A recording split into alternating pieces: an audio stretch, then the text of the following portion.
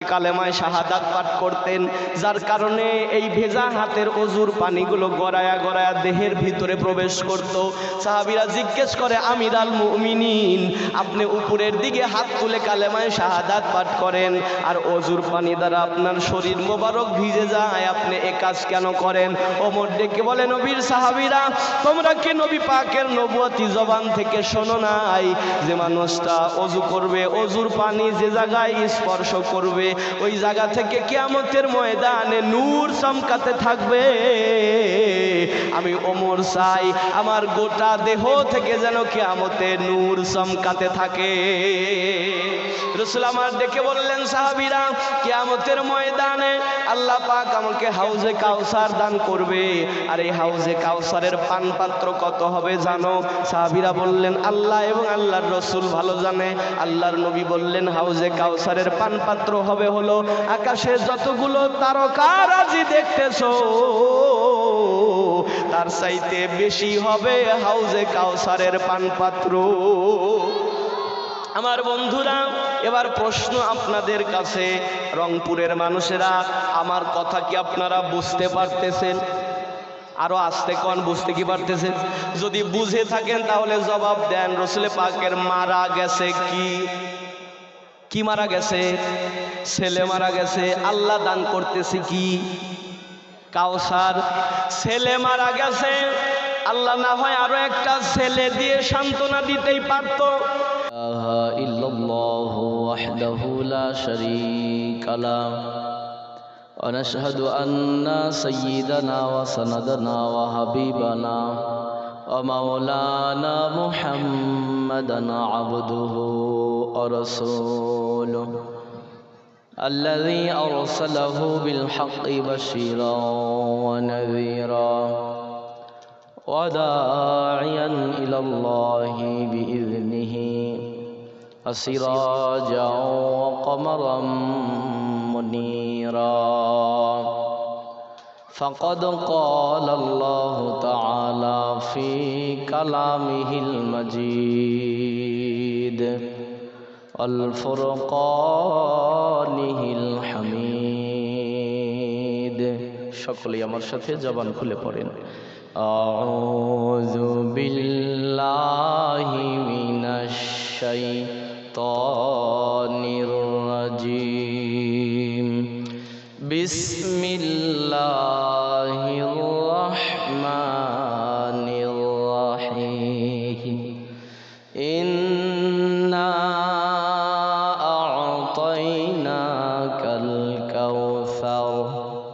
فصل لربك أنحر إن شانئك هو الأبتر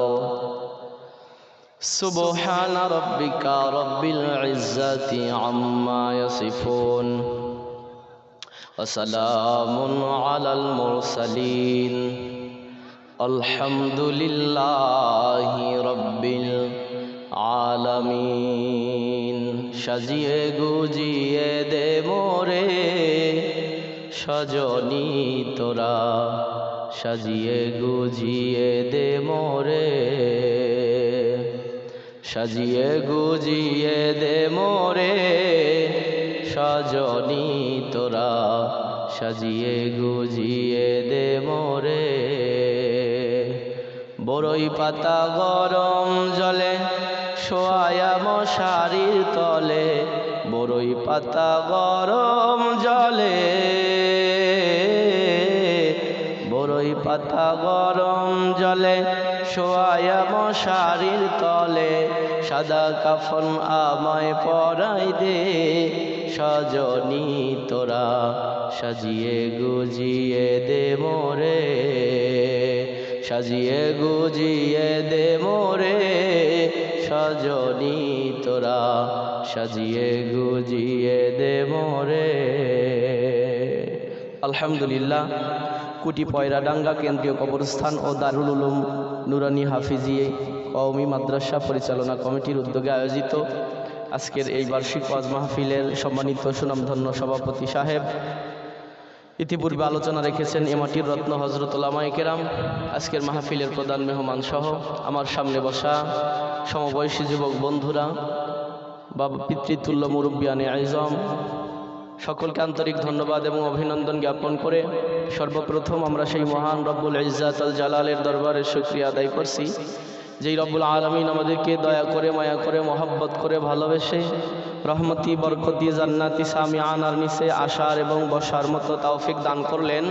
এজন্য আপনারা বেজার না খুশি? সবাই খুশি হয়েছেন? যে যতটা পরিমাণে খুশি হয়েছেন ঠিক ততটা পরিমাণে আওয়াজ দিয়ে পড়েন তো আলহামদুলিল্লাহ। দরুদ সালাম বর্ষিত হোক বিশ্ব মানবতার মুক্তির দিশারি সরকারে দো আলম দো জাহানের কামলিওয়ালা, নির্যাতিত, নিষ্পেষিত, নিপীড়িত মানবতার জন্য যিনি ছিলেন অতন্দ্র প্রহরী, prophet was sent to the earth to guide man, হযরত মুহাম্মদ সাল্লাল্লাহু আলাইহি ওয়াসাল্লাম is our respect prophet, he preached Islam successful. সুবহানাল্লাহ বলেন। যার 40 বছর নবুয়তি জিন্দিগির একটা মাত্র বাণী ছিল, ইফ সেইফ ডক্টরিয়ান ইজ দ্যাট আল্লাহ ইজ ওয়ান অ্যান্ড মুহাম্মদ সাল্লাল্লাহু আলাইহি ওয়াসাল্লাম ইজ হিজ প্রফেক্ট। কুল হু আল্লাহু, ওই রাসূলের প্রতি সকলেই ভক্তি ভরে পড়ছি সাল্লাল্লাহু আলাইহি ওয়াসাল্লাম। সম্মানিত সুধী, আমি আজকে আপনাদের সামনে মহাগ্রন্থ আল কোরআনুল কারীমের যেই সূরা থেকে তেলাওয়াত করেছি, আপনারা হয়তো বা ইতিমধ্যে বুঝে ফেলেছেন। তেলাওয়াতকৃত সূরাটার নাম হলো সূরা কাউসার। কি নাম বললাম? সূরা কাউসার হলো মহাগ্রন্থ আল কোরআনুল কারীমের একটা অন্যতম সূরা, যেটাকে আমরা সবচেয়ে ছোট সূরা হিসেবে জানি। কোরআনের সবচেয়ে ছোট সূরা, 3 আয়াত বিশিষ্ট সূরা হলো সূরা কাউসার। সূরা কাউসার থেকে আমি আপনাদের সামনে তেলাওয়াত করেছি। আল্লাহ পাক যদি তৌফিক দান করে এই সূরা থেকে আমি কিছু কথা আপনাদেরকে শোনাবো, সেই তৌফিক যেন আমার মহান মালিক আমাকে দান করে। সকলেই পড়েন আমিন। সূরা কাউসার হলো মহাগ্রন্থ আল কোরআনুল কারীমের 108 নম্বর সূরা। এই সূরাতে আয়াত আছে 3টা। সূরাটা হলো মাক্কি সূরা। কাউসার শব্দের অর্থ হলো প্রাচুর্য। চলে গেলাম আমরা সরাসরি বঙ্গা অনুবাদে। আল্লাহ পাক বলেন ইন্না, এটা হলো জুমা মুতাকাল্লিমের সিগা, নিশ্চয়ই আমি আল্লাহ আতাইনা দান করেছি, কা আপনাকে, আল কাউসার কাউসার, ফা সুতরাং সল্লি আপনি সালাত কায়েম করুন, লি জন্যে, রব্বিকা আপনার রবের জন্যে, অনহার শব্দটা এসেছে এনহার থেকে, এবং কোরবানি করুন। ইন্না নিশ্চয়ই, শানি আকা আপনার শত্রু বা দুশ্মন, হুয়া সে, আল আবতার নির্বংশ বা লেসকাটা। এটা হলো এই সূরাটার বঙ্গা অনুবাদ। যেহেতু অল্প সময়, ছোট্ট সূরা থেকেই আমি কথা শোনাবো। আল্লাহ তৌফিক দান করুক, পড়ি আবার আমিন। চলে যাচ্ছি আমরা সূরাটার শানে নুজুলে। মক্কার মানুষদের একটা স্বভাব ছিল হলো, যদি কারো পুত্র সন্তান না হতো, অথবা শুধু কন্যা সন্তান হতো, অথবা পুত্র সন্তান হয়ে মারা যেত, মক্কার মানুষেরা তাকে লেসকাটা বা নির্বংশ বলতো। আপনাদের গ্রাম্য ভাষায় এদেরকে কি বলেন আপনারা, যাদের ছেলে মেয়ে হয় না? আটখুরিয়া বলেন? আচ্ছা আচ্ছা, আমাদের সাথে অনেকটা মিল আছে। আমরা আটখুরা বলি সিরাজগঞ্জের ভাষায়। এই কথাটা বলতে নেই, আমরা জানি আমাদের প্রিয় নবীজি সাল্লাল্লাহু আলাইহি ওয়াসাল্লামের 7টা সন্তানাদি ছিল। এর ভেতরে 3 ছেলে 4 মেয়ে, যেটা আম্মাজান খাদিজাতুল কুবরা রাদিয়াল্লাহু তাআলা আনহার গর্ভে থেকে এসেছিল হলো 6 সন্তান, 4 মেয়ে, উম্মে কুলসুম, জয়নব, রুকাইয়া আর ফাতেমা। আর 2টা পুত্র সন্তান হয়েছিল, আবুল কাসেম আর ইব্রাহিম। পরবর্তীতে মক্কা থেকে মদিনাতে হিজরত করার পরে আরও একটা পুত্র সন্তান হয়েছিল, সেটা হলো মারিয়া কিপ্তির গর্ভে থেকে। মক্কাতে যখন রাসূল সাল্লাল্লাহু আলাইহি ওয়াসাল্লামের এই পুত্র সন্তান 2টা জন্মগ্রহণ করলো, আবুল কাসেম মারা গিয়েছিল কৈশোরে আর ইব্রাহিম মারা গিয়েছিল শৈশবে।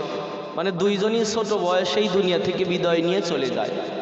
মেয়েগুলো বেঁচে থাকে, ছেলেগুলো মারা যায়। কথা কি আপনারা বুঝতেছেন আমার? আমি তো অন্য জেলার মানুষ, আমার কথা বুঝতে কি আপনাদের সমস্যা হচ্ছে?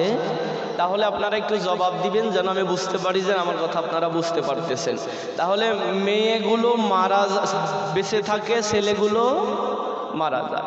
রাসূল সাল্লাল্লাহু আলাইহি ওয়াসাল্লামের প্রথম পুত্র সন্তান আবুল কাসেম যখন মারা গেল, আল্লাহর হাবিব একেবারে ব্যথিত হৃদয় নিয়ে জীবনযাপন করতেছে। আল্লাহ পাক তাকে সান্ত্বনা দেওয়ার জন্য আরও একটা পুত্র সন্তান দান করলেন। রাসূল সাল্লাল্লাহু আলাইহি ওয়াসাল্লাম তার নাম রাখলেন ইব্রাহিম। সুবহানাল্লাহ বলে। আমাদের জাতির পিতার নাম কি?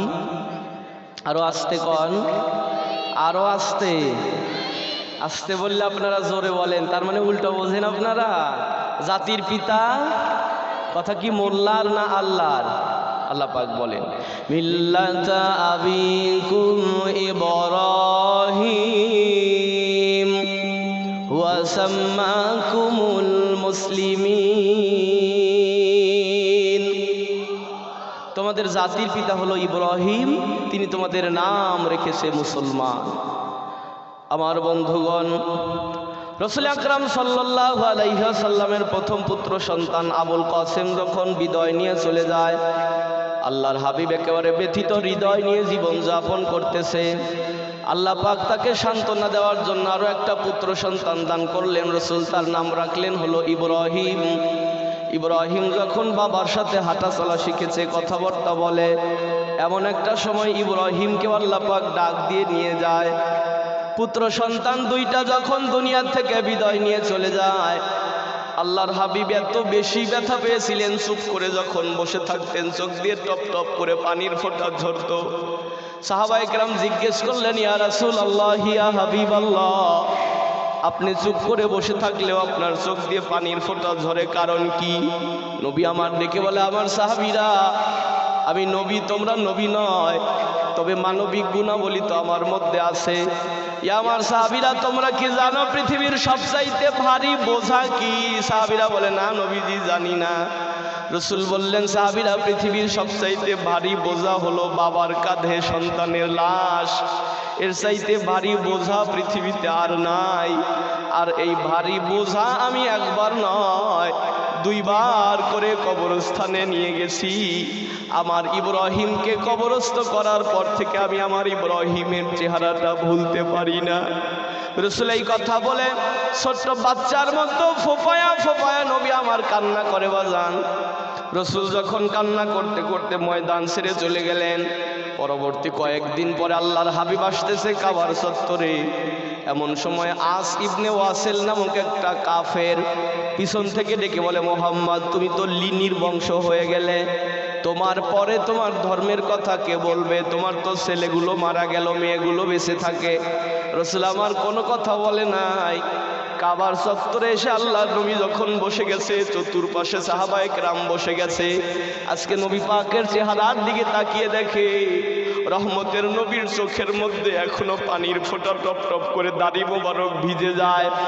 আনাস ইবনে মালিক রাদিয়াল্লাহু তাআলা আনহু দাঁড়িয়ে বলে, ইয়া রাসূলুল্লাহ, ইয়া হাবিবাল্লাহ, আপনি চুপ করে বসে আছেন, অথচ আপনার চোখ দিয়ে পানির ফোঁটা পড়ে আপনার দাড়ি মোবারক ভিজে যায় কেন? নবী আমার ডেকে বলে, আনাস রে, আমার ইব্রাহিম হারিয়ে আমি যত বেশি ব্যথা না পেয়েছিলাম, তার চাইতে বেশি ব্যথা পেয়েছি হলো আমি ওই ব্যক্তির কথায়। একটা কাফের আমাকে ডেকে বলে আমি নাকি লেসকাটা হয়ে গেছি, নির্বংশ হয়ে গেছি, আমার পরে নাকি আমার ধর্মের কথা বলার মতো কেউ নাই। রাসূল এই কথা বলে যখন কান্না করতে করতে মাথাখানা নিচু করে দিলেন, সব সাহাবীরা চোখের পানি ছেড়ে কান্না করতেছে। আজকে কেউ কথা বলার সাহস পাচ্ছে না। আল্লাহর হাবিব দীর্ঘ সময় মাথা নিচু করে বসে রইলেন। সাহাবীরা সবাই রহমতের নবীর চেহারার দিকে তাকিয়ে শুধু চোখের পানি ছেড়ে কান্না করতেছে, কি বলে সান্ত্বনা দিবে? হঠাৎ করে তাকিয়ে দেখে আল্লাহর নবী মাথাখানা উপরের দিকে উঠাইতেছে। সাহাবীরা নবী পাকের চেহারার দিকে তাকিয়ে দেখে আল্লাহর হাবিব মাথাটা আস্তে করে উপরের দিকে উঠাইতেছে। নবী পাকের চেহারার মধ্যে মুস্কি মুস্কি হাসি দেখা যায়। আনাস ইবনে মালিক রাদিয়াল্লাহু তাআলা আনহু জিজ্ঞেস করে, ইয়া রাসূলুল্লাহ, ইয়া হাবিবাল্লাহ, সবেমাত্র আপনি কান্না করতে করতে মাথা নিচু করে দিলেন, এখন আবার মাথা উঁচু করেছেন, আপনার মুখের মধ্যে মিষ্টি হাসি হলো, আমরা বুঝলাম না। রাসূল আমার ডেকে বলে, আনাস, আমি নবী, তোমরা নবী নয়, আমি যা দেখি তোমরা তা দেখো না। আমার কাছে এই মুহূর্তে জিবরাইল আমিন এসেছিল, আমার আল্লাহ রাব্বুল আলামিন আমাকে সূরা কাউসার নাজিল করে দিয়েছে। ইন্না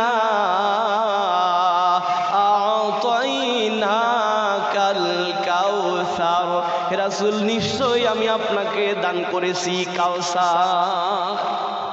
নবীজি বললেন, সাহাবীরা তোমরা কি জানো কাউসার কি? সাহাবীরা বললেন নবীজি না জানি না কাউসার কি। আল্লাহর হাবিব বললেন কাউসার হলো ফাইন্নাহু নাহরুন ফিল জান্নাহ, এটা হলো জান্নাতের একটা নহর।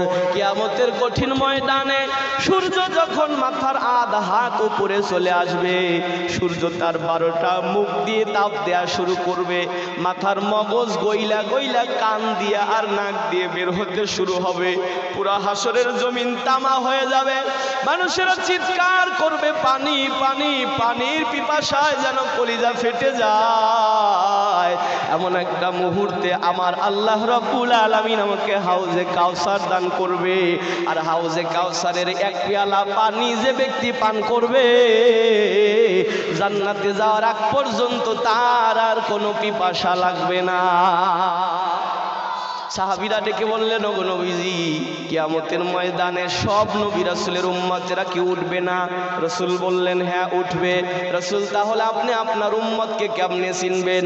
আল্লাহর হাবিব ডেকে বলে আমার সাহাবীরা, যদি কালো মেষ পালের ভিতরে সাদা রঙের কোনো মেষ থাকে, এটা বের করার জন্য কি যন্ত্র লাগে? জোরে বলেন। যদি কালো ঘোড়ার মধ্যে শীত কপালা সাদা কোনো ঘোড়া থাকে, এটা বের করার জন্য কি যন্ত্র লাগে?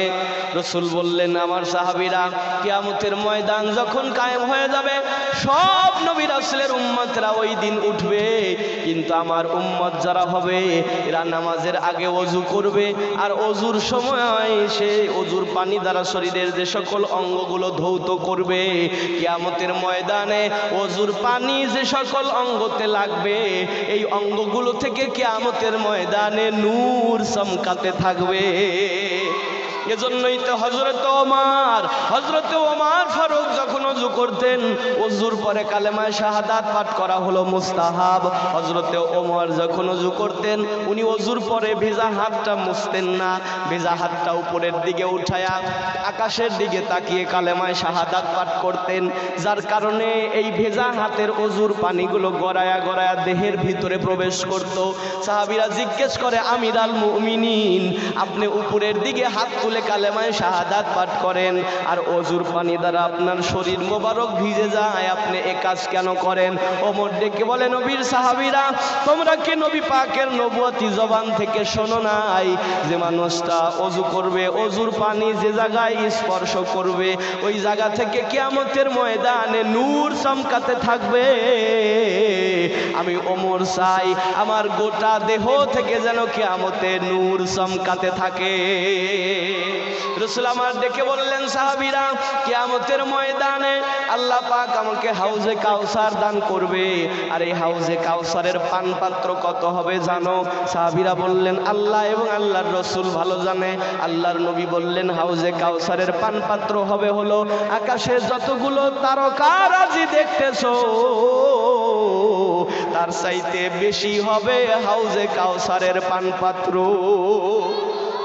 আমার বন্ধুরা, এবার প্রশ্ন আপনাদের কাছে, রংপুরের মানুষেরা, আমার কথা কি আপনারা বুঝতে পারতেছেন? আরো আস্তে কোন, বুঝতে কি পারতেছেন?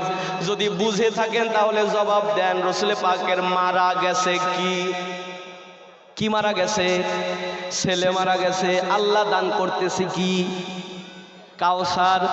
ছেলে মারা গেছে, আল্লাহ না হয় আরো একটা ছেলে দিয়ে সান্ত্বনা দিতেই পারত, কিন্তু আল্লাহ তা না দিয়ে কাউসার দিয়ে সান্ত্বনা দেয়। কাউসার হলো পানি, পানি দিয়ে সান্ত্বনা দেয়, আর রাসূল খুশি হয়ে যায়। এর কারণ কি?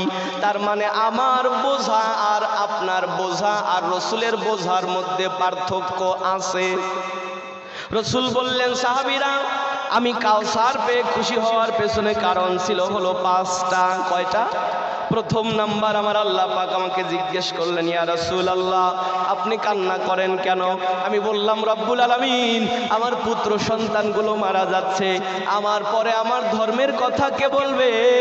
আল্লাহ, আমার বিরুদ্ধে যদি কেউ কথা বলে তার বিরুদ্ধে লাঠি ধরবে কে? আল্লাহ ডেকে বলে হাবিব আমার, আপনার 2টা পুত্র সন্তান কেড়ে নিলাম, বিনিময়ে কিয়ামত পর্যন্ত কোটি কোটি রূহানি পুত্র সন্তান আমি আপনাকে দান করে দেব। এই দুইটা পুত্র সন্তান আর লাঠি ধরতো নাই দুইটা, কিন্তু কিয়ামত পর্যন্ত আপনার এমন রুহানি সন্তানেরা আসবে যারা আপনার জন্য জীবন দেওয়ার জন্য প্রস্তুত হয়ে যাবে। আজকে বর্তমান পৃথিবীতে রাসূল পাকের ওই রুহানি সন্তানদের সংখ্যা হলো 180 কোটি। সুবহানাল্লাহ। মারা গেছে কয় ছেলে? আর বর্তমানে পৃথিবীতে আছে 180 কোটি। সুবহানাল্লাহ। এজন্যই তো আমরা বলি আমাদের 180 কোটি মানুষের কলিজার টুকরা হলো নবী মুহাম্মদুর রাসূলুল্লাহ সাল্লাল্লাহু আলাইহি ওয়াসাল্লাম। এজন্যই তো আমরা বলি আমার বাবার বিরুদ্ধে কথা বললে না হয় আমি আপোষ করতে পারি, আমার গোষ্ঠীর বিরুদ্ধে কথা বললে না হয় আমি আপোষ করতে পারি, কিন্তু আমার নবীর বিরুদ্ধে কথা বললে তার সাথে আমাদের কোনো আপোষ, আরো জোরে বলেন আপোষ। আল্লাহ পাক ডেকে বললেন হাবিব আমার, আপনার এমন রুহানি সন্তান আমি আপনাকে কিয়ামত পর্যন্ত দান করে দেব যারা আপনার জন্য জীবন দেওয়ার জন্য প্রস্তুত হয়ে যাবে।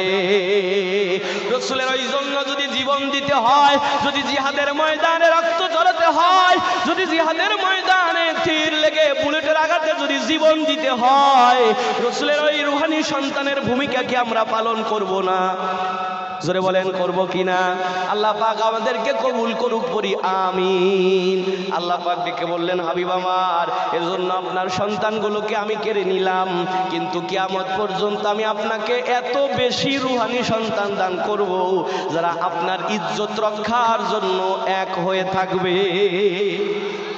রাসূল বলেন আমি কাউসার পেয়ে খুশি হওয়ার 2 নম্বর কারণ হলো আল্লাহ রাব্বুল আলামিন অন্যত্র বলেছেন আপনার সন্তানগুলোকে ছোটবেলাতেই ডাক দিয়ে নিয়ে গেলাম, সন্তানগুলোকে বড় হতেই দেওয়া হলো না। কেন হলো না? আল্লাহ রাব্বুল আলামিন বলেন মা কানা মুহাম্মাদুন আবা আহাদিম মির রিজালিকুম ওয়ালাকির রাসূলুল্লাহ।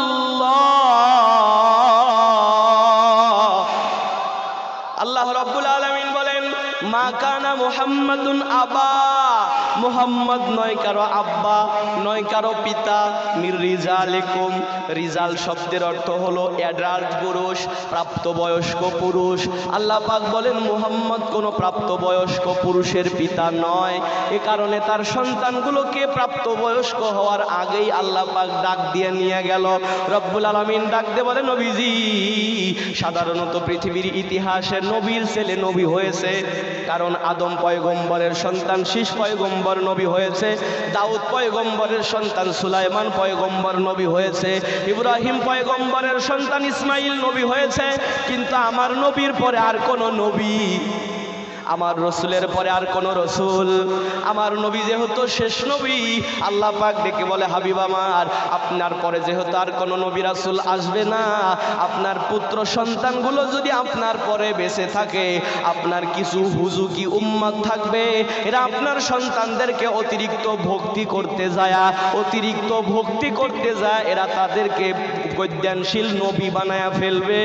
এজন্য আমি আপনি দুনিয়া থেকে বিদায় নেওয়ার আগে আপনার পুত্র সন্তানগুলোকে আগে কেড়ে নিলাম, কারণ আপনার পরে কোনো নবী রাসূল আসবে না। আপনার পরে যদি আপনার পুত্র সন্তান বেঁচে থাকে, কিছু মানুষ ওদেরকে অতিরিক্ত ভক্তি করতে যায় বৈজ্ঞানশীল নবী বানায়া ফেলবে। যেরকম বর্তমানে বাংলাদেশে পীরের ছেলে পীর হয়, কথা কন না কে? ওই পীরের মুরিদের ভিতরে এমন আল্লাহওয়ালা লোক আছে যাদের মাকাম উঁচু লেভেলের, কিন্তু পীর সাহেব তাকে খেলাফত দেয় না। পীর সাহেব খেলাফত দেয় হলো আপন নিজের ছেলেকে, কথা কন না কে? কারণ পীর সাহেব জানে আমার পরে আমার এই রাজ্য চালাবে কে, কথা ঠিক কিনা বলেন? আমি কিন্তু হক পীরের বিরুদ্ধে কথা বলছি না, বরং বাংলাদেশে যতগুলো পীর আছে এর ভিতরে অধিকাংশ পীরের মাজারের ভিতরে কিন্তু শিরিক হয়, কথা বলেন না কেন? শিরিক হয়। আর আল্লাহ পাক বলেন ইন্নাশ শিরকা লাযুলমুন আযীম, নিশ্চয় শিরিক হলো চরম জুলুম। কোন মানুষ যদি শিরিক করে কবরে যায়, আল্লাহ সব গুনাহ মাফ করে দিবে, কিন্তু শিরিকের গুনাহ আল্লাহ মাফ করবে না। কথা কি বুঝেছেন?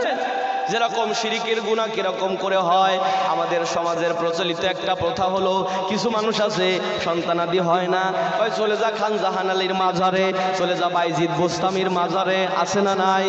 মাজারে যায় মাথা ঠেকায়া সেজদা করে আর বাবার কাছে চায়, এমন মানুষ কি সমাজে নাই রে? আরো জোরে কোন আছে না নাই? আমি তখন ফারেক হই নাই, ওই সময় আমি বক্তৃতা দেই।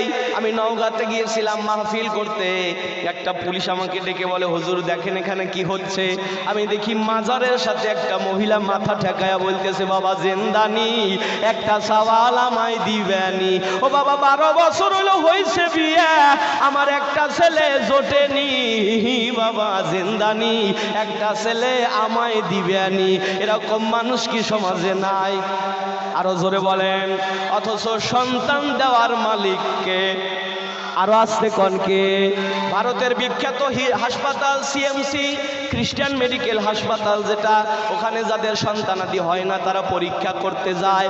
এক বছর তামাম পৃথিবী থেকে প্রায় 36 লক্ষ মানুষ গিয়েছিল যাদের সমস্যা হলো বিবাহ। আমি জিজ্ঞেস করলাম, জিবরাইল আমিন এই মানুষটাকে, আর এই বাচ্চারাই বা কারা?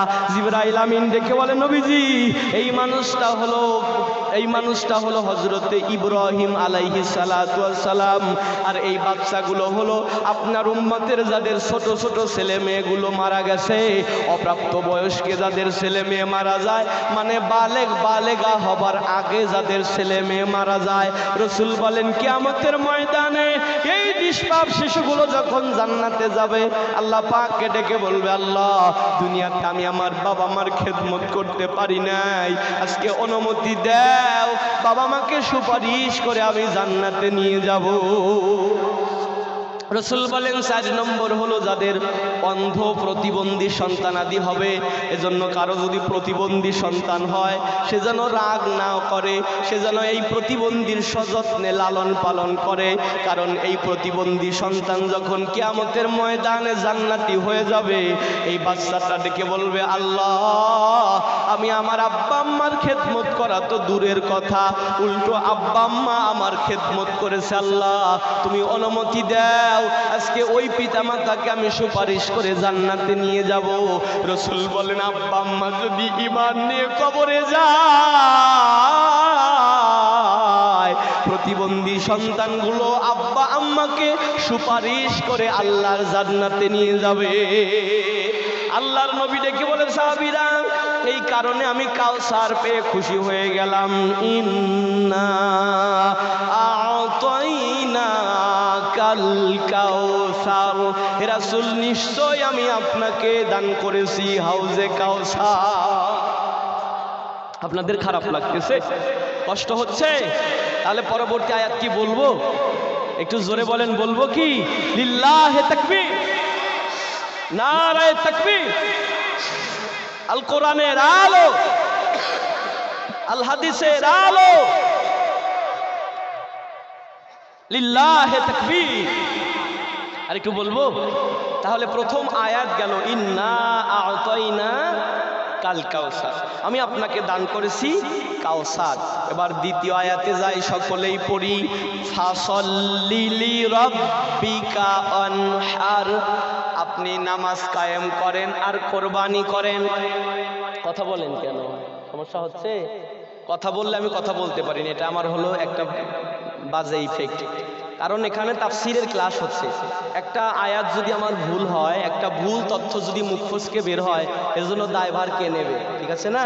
দেখেন সম্মানিত মানুষগুলো চুপ করে বসে কথা শুনতেছে, আপনারা কথা বলবেন না, কথা বলে বিরক্ত করলে আমি কিন্তু আলোচনা ছেড়ে দেব। আমি কিন্তু মানুষ অতটা জুতেন না, কারণ তাফসিরের ক্লাস, একটা কথা যদি ভুল হয় দায়ভার কে নেবে? ঠিক আছে না? এজন্য আপনারা রাজি আছেন তো শুনতে?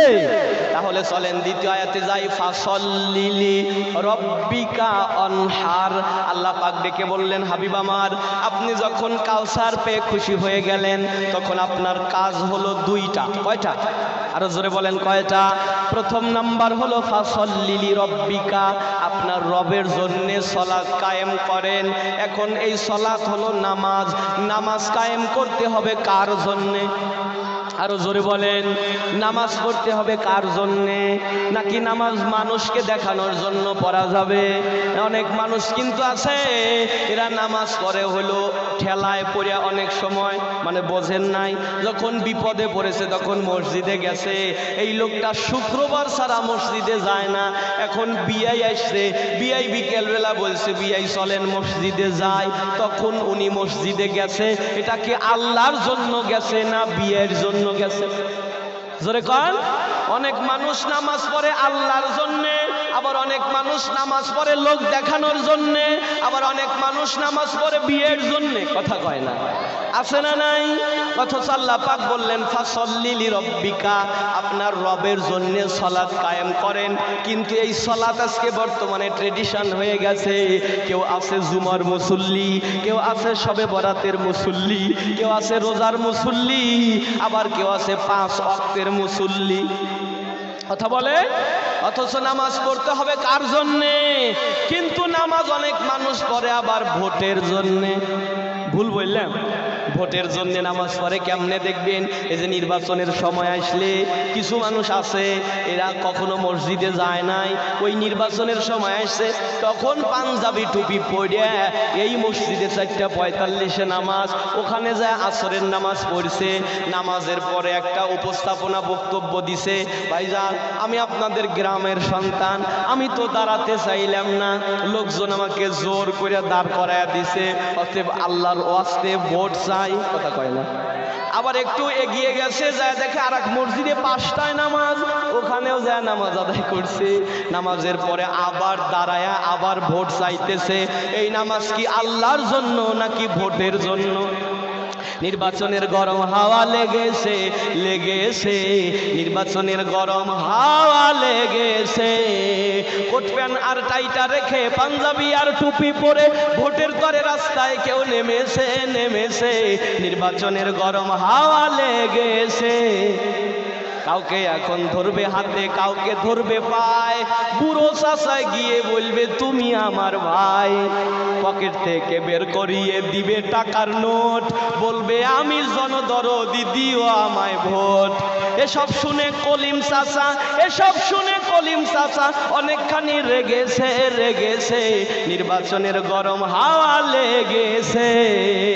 চাচা রাগার কারণ হলো 5 বছর পরে চাচা গেছে সব করে ভোট দেওয়ার জন্যে, কেন্দ্রে ঢোকার আগেই বলতেছে চাচা বাড়ির যান, আপনার ভোট হয়ে গেছে, চাচির ভোটও দিয়ে গেছে। লোকটা রাস্তায় এসে চিৎকার করে কান্না করে, আহারে গেদার মাও তুমি মরে গেলা 10 বছর আগে, অথচ 25 বছর এসে এসে ভোটের সময় ভোট দিয়ে যাও, আমার সাথে দেখাও করো না। এমন নির্বাচন কি হয় না? সময় এসেছে পালা বদলের। এই সময় আমরা আমাদের সমাজের যোগ্য মানুষটাকে নেতৃত্বের আসনে দিতে চাই ইনশাআল্লাহ। যদি দেখেন যে মানুষটার সাথে মাদ্রাসার সম্পর্ক আছে, যে মানুষটার সাথে মসজিদের সম্পর্ক আছে, যে মানুষটার সাথে আলেম ওলামার সম্পর্ক আছে, যে মানুষটা কোরআনের মজলিসে বসে কথা শোনে, ওই মানুষটাকে নির্বাচনের সময় নির্বাচিত করবেন। কথা কি বুঝেছেন? আর যদি দেখেন যে না এ ওয়াজ মাহফিলে তো বসেই না, ওই গানের প্যান্ডেলে বসে থাকে, আবার ওয়াজ মাহফিলের জোরে আওয়াজ হলে নাকি তার ঘুম নষ্ট হয়, এমন মানুষকে কি ভোট দিবেন? কথা বলেন, দিবেন? যদি দেখেন যে কোরআনের বিরোধিতা করে, সে যদি মুসলমান পরিচয় দিয়েও ভোট চাইতে আসে, আপনারা ওই আগের ইতিহাসগুলো একটু মনে রাখবেন যে সময় এসেছে পালা বদলের। এই সময় যোগ্য প্রার্থীকে আমরা নির্বাচিত করব ইনশাআল্লাহ। কবুল করুক পড়ি আমিন। আমার বন্ধুরা রাগ করতেছেন আপনারা? তাহলে কিছু মানুষ নামাজ পড়ে আল্লাহর জন্যে, আবার কিছু মানুষ নামাজ পড়ে ভোটের জন্যে। যুবকদেরকে বলবো, যুবকেরা এই যে নির্বাচনের সময় আসতেছে, অনেক যুবকেরা কিন্তু আছে নেতার পিছনে পিছনে ঘুরবে, আর অমুক ভাইয়ের চরিত্র ফুলের চেয়ে পবিত্র, নামাজ পড়ে না, একক তো গাঁজা খায়, 5 ওয়াক্ত। যুবকেরা তারপরেও পিছনে যায় যায় ওই স্লোগান দিবে। কেন দিবে? কারণ যুবকেরা সামান্য কিছু অর্থ পাবে। আর যুবকেরা মনে রাখো, ভোটের আগে নেতা তোমাদের যত দাম দেয়, ভোটের পরে কি আর অত দাম দেয়? বরং যদি জানতে পারে তুমি পথের কাঁটা হতে পারো, কাঁটা, তুমি যদি এক বাপের এক সন্তান হও, ওরা তোমাকে দুনিয়া থেকে বিদায় করতে দ্বিধা করবে না। কিন্তু তোমার দাম আমার দাম দুনিয়াওয়ালারা দিতে জানে না, তোমার দাম আমার দাম দিতে জানে তোমার আমার বানানেওয়ালা আল্লাহ। কত দাম দেয় আল্লাহর হাবিব বলেন, একটা যুবক যখন নামাজে দাঁড়িয়ে যায়, নামাজে যখন দাঁড়িয়ে যায়, আল্লাহ পাক ডেকে বলে, বান্দা ও ফেরেশতারা আমার এই বান্দা কি করে? ফেরেশতারা বলে, আল্লাহ তোমার এই যুবককে খেলার মাঠে ডাকতেছে, টিভি সিনেমার হলে ডাকতেছে, ও কারো ডাকে সাড়া দেয় নাই, আল্লাহ তোমার ডাকে সাড়া দিয়ে সে যায় নামাজে দাঁড়িয়ে গেছে। আল্লাহ মাথার মধ্যে হাত বুলায় বলে, ফেরেশতারা সাক্ষী থাকো, হাযা আবদে হাক্কুন, এটা আমার পারফেক্ট বান্দা। বান্দা যখন সিজদায় গিয়ে বলে সুবহানা রাব্বিয়াল আলা, সুবহান রব তুমি মহা পবিত্র, রব ডেকে বলে সাব্বাহতানি সাব্বাহতু, তুমি আমাকে পবিত্র বললে আর তুমি অপবিত্র থাকবে, এটা হতে পারে না। সিজদা থেকে মাথা উঠানোর আগে আমি তোমাকেও পবিত্র করে দিলাম। বান্দা বলে আলা, রব তুমি মহান, রব ডেকে বলে আলাইতানি ফালাইতু, তুমি আমাকে মহান বলবে আর তুমি মহান হইবে না, হতে পারে না, বরং তোমাকেও আমি মহান বানায়া দিলাম। কেমন মহান বানাইছে? মুসা নবী আল্লাহকে জিজ্ঞেস করেছিল, আল্লাহ তুমি আমার সাথে কথা বলো আর কারোর সাথে কি কথা বলবে? আল্লাহ ডেকে বলে, মুসা আমি কোথায় আর তুমি কোথায়? মুসা নবী বলে, আল্লাহ আমি না হয় পাহাড়ের পাদদেশে, তুমি না হয় পাহাড়ের চূড়ায় হবে। আল্লাহ ডেকে বলে, মুসারে না, তুমি পাহাড়ের পাদদেশে, আমি পাহাড়ের চূড়ায় নয়, বরং তুমি পাহাড়ের পাদদেশে, আমি হলো সপ্ত আসমানের উপরে। তোমার আর আমার মাঝে ৭০,০০০ নূরের পর্দা আছে। সাতাতি উম্মতি, অচিরেই এমন এক উম্মত আসবে, এরা যখন আমার সাথে কথা বলবে মাঝখানে কোনো পর্দাই থাকবে না। মুসা নবী বলে, আল্লাহ কারা তারা? আল্লাহ পাক বললেন, আখিরি জামানার পয়গম্বরের উম্মত হবে যারা, এরা যখন কথা বলবে মাঝখানে কোনো পর্দা থাকবে না। এজন্য নামাজ পড়লে সরাসরি আসসালাতু মিরাজুল মুমিনিন, নামাজ হলো মুমিনের জন্য মিরাজ স্বরূপ, আল্লাহ পাকের সাথে সরাসরি সাক্ষাৎ হয়ে যায়। এজন্যই তো আব্দুল কাদের জিলানী লিখেছেন, উনি কিতাবের ভিতরে লিখেছেন, শুকুর চেনেন আপনারা? শুকুর চেনেন? শুকুর যখন সকালবেলা ঘুম থেকে জাগ্রত হয়, শুকুর কিন্তু ঘুম থেকে জাগ্রত হওয়ার পরে চোখ খোলে না। শুকুর চোখ দুখানা বন্ধ করে আরজি করে, আয় এলাহি, ঘুম আমার ভেঙে গেছে, সকালবেলা তোমার কাছে প্রথম দরখাস্ত আমার, আমি আমার চোখটা খোলার পরে কোনো বেনামাজির চেহারা যেন আমার নজরে না পড়ে। কেমন করে ঘুমাও তুমি ফজর করে কাজা, এমন তো হতে পারে জোহরে জানাজা।